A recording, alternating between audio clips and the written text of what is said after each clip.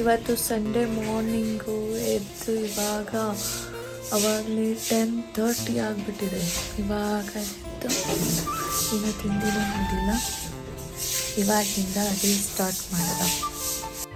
ನೋಡಿ ನಮ್ಮಮ್ಮ ಸಂಡೇ ಬಂದರೆ ಸಾಕು ಈ ಥರ ಎಲ್ಲ ಮನೆಯೆಲ್ಲ ಕ್ಲೀನ್ ಮಾಡ್ತಾನೆ ಇರೋದು.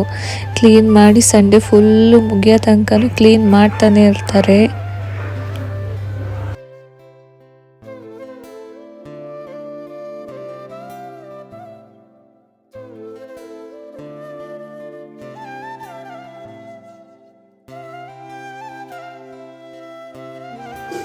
ಇವ್ರು ನೋಡಿ ಎದ್ಬಿಟ್ಟು ಪುನಃ ಹೋಗಿ ಮಲ್ಕೊಂಡಿದ್ದಾರೆ.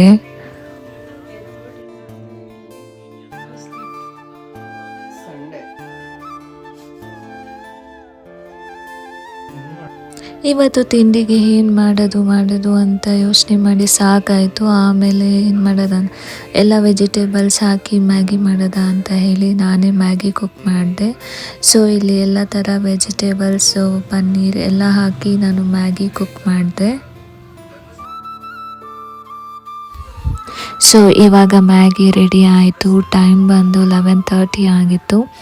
ಸೊ ಎಲ್ಲರೂ ತಿಂಡಿಗೆ ಮ್ಯಾಗಿ ತಿಂದು, ನೆಕ್ಸ್ಟು ನನಗೆ ಕೇಕ್ ಆರ್ಡರ್ ಇತ್ತು ಇವತ್ತು.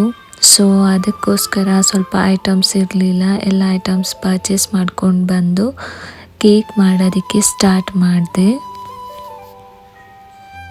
ಇವತ್ತು ನನಗೆ ಕೇಕ್ ಆರ್ಡರ್ ಇದ್ದಿದ್ದು ಚಾಕ್ಲೇಟ್ ಪೇಸ್ಟ್ರಿ, ಬಟರ್ ಕೇಕ್ ಮತ್ತು ಹನಿ ಕೇಕ್, ಈ ಮೂರು ಮಾಡಬೇಕಾಗಿತ್ತು. ಸೊ ತುಂಬ ಲೇಟ್ ಆಯಿತು ಮಾಡಿದೆಲ್ಲ.